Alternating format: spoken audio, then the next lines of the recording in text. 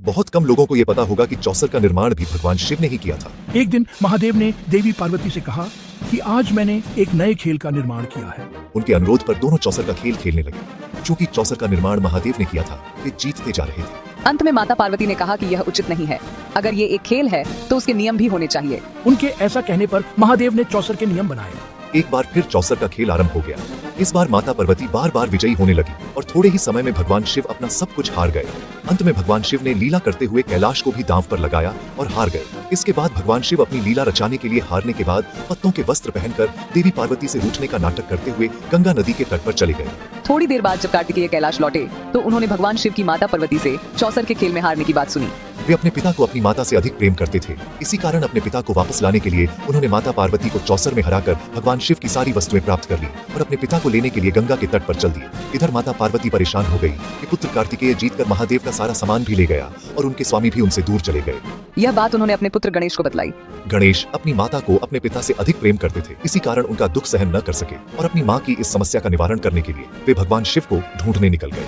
गंगा के तट पर जब उनकी भेंट भगवान शिव से हुई तो उन्होंने उनके साथ चौसर का खेल खेला तथा उन्हीं की माया से उन्हें हराकर उनकी सभी वस्तुएं पुनः प्राप्त कर ली। भगवान शिव की सभी वस्तुएं लेकर गणेश मां पार्वती के पास पहुंचे तथा उन्हें अपनी विजय का समाचार सुनाया। गणेश को अकेले देखकर वह बोली कि तुम्हें अपने पिता को भी साथ लेकर आना चाहिए था।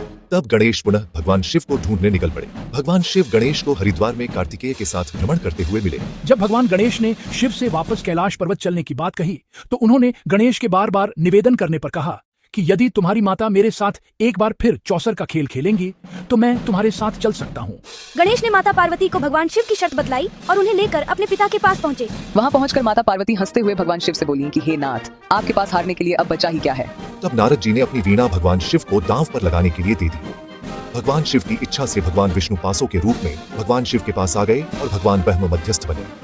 इस बार भगवान शिव चौसर के खेल में माता पार्वती को बार बार हराने लगे। जब माता पार्वती अपना सब कुछ हार गई तब महादेव ने हंसते हुए इसका रहस्य बताया।